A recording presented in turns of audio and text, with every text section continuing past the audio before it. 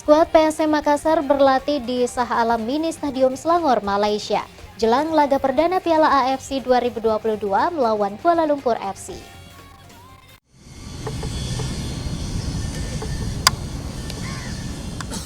PSM Makassar sudah siap memberikan penampilan terbaik saat menghadapi Kuala Lumpur FC di pertandingan perdana Grup H Piala AFC 2022. Tim Juku Eja akan berhadapan dengan wakil Malaysia tersebut di Stadion KLFA Malaysia pada Jumat malam. Jelang laga tersebut, pelatih Bernardo Tavares mengaku senang dengan penampilan Wiljam Pluim CS yang menunjukkan grafik membaik.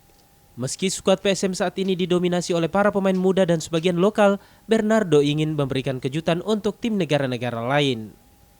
Ia optimis PSM bisa memberikan hasil maksimal di Piala AFC 2022. Sebagai langkah awal, Bernardo bertekad membawa anak asuhnya memenangkan laga perdana melawan Kuala Lumpur FC.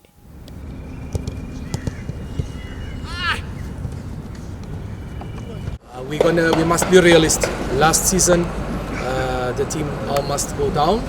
Some players, important players, go out. We not take players from Liga 1. We take players from Liga 2 and from Academy.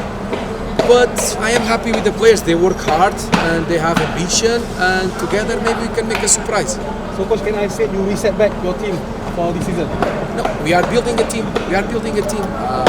If you're gonna see the lineup of last matches, you don't see too much players from the last lineup of last season. Diketahui PSM Makassar tergabung dalam Grup H Piala AFC 2022 bersama wakil Malaysia Kuala Lumpur FC dan Tampines Rovers, klub asal Singapura. Setelah melawan Kuala Lumpur FC, PSM akan menghadapi Tampines Rovers 3 hari setelahnya pada Senin 27 Juni mendatang. Wahyu Saputra, Celebes TV.